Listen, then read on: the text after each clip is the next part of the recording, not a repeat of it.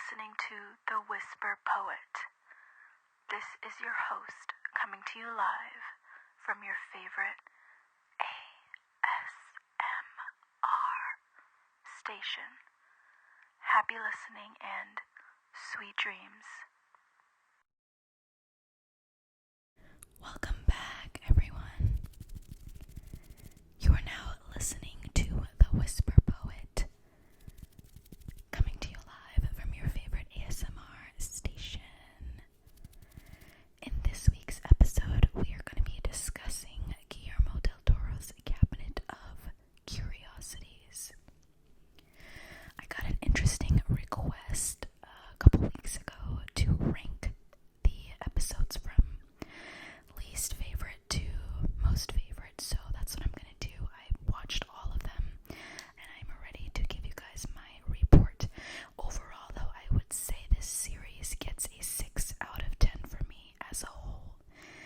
There are a few episodes that I really, really enjoyed a lot, and then there are some that I wasn't crazy about, so I would say like 6.5 out of 10 for me personally. Starting with my least favorite, Dreams in the Witch House. So this is episode 6, and I had hopes for this episode, but it let me down. I think that I don't think that it was put together very well. It just felt like it was rushed, and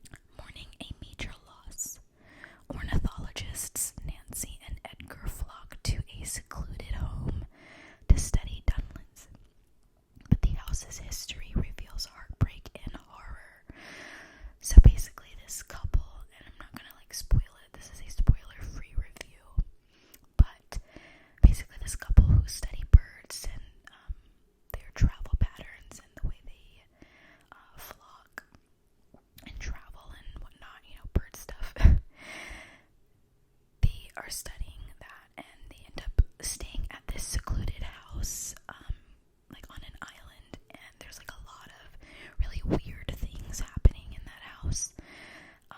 And then there's also the relationship between the couple is in the background of the story, but it comes to the forefront towards the end, and so all of it ties together in a nice, neat way. So I think it was pretty good.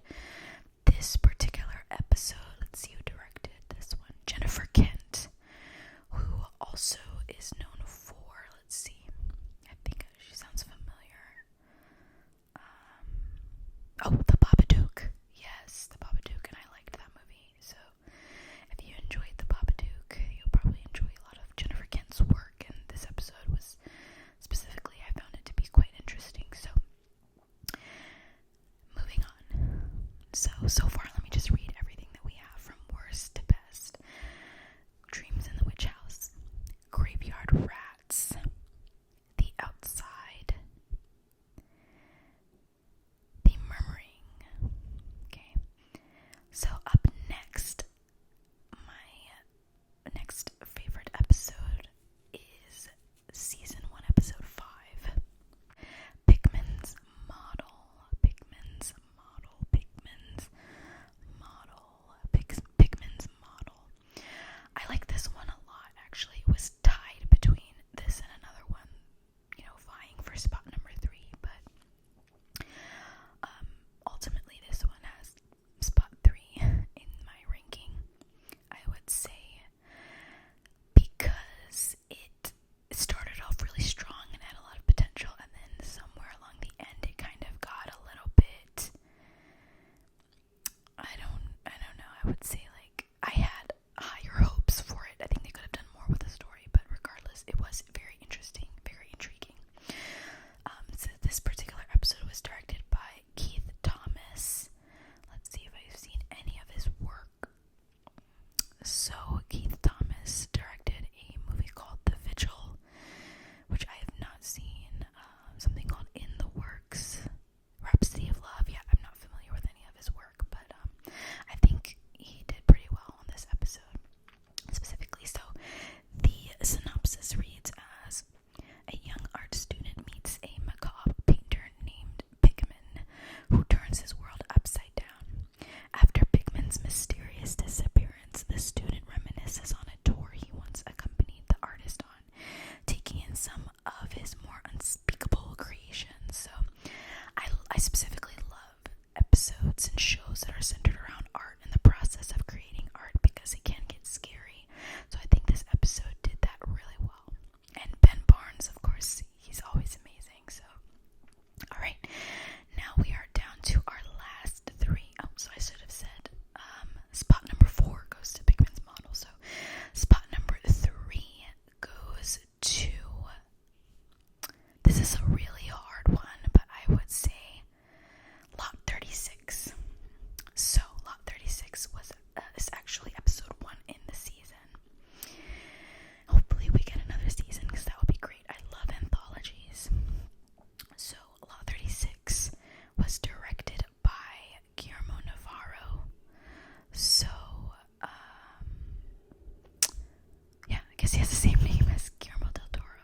Guillermo Navarro is known for, let's see, we have Kronos, Hellboy, Spy Kids. Yeah, so he's done a few things, and he works pretty closely with Guillermo del Toro pretty often. I think they work together on Pan's Labyrinth, so there's that, and I love Pan's Labyrinth. Okay, so specifically Lot 36, the synopsis reads as: to pay off his debt, a man secures a storage unit filled with mysterious items to sell, but soon finds himself in a desperate situation.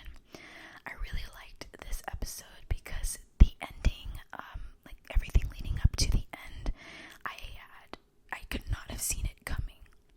And I actually know I've known some people who rent out like expired storage units and like go through, whatever's been left behind that the people no longer claim, and they usually find some really interesting stuff and can use a lot of stuff with resale value. So this episode was probably the most realistic out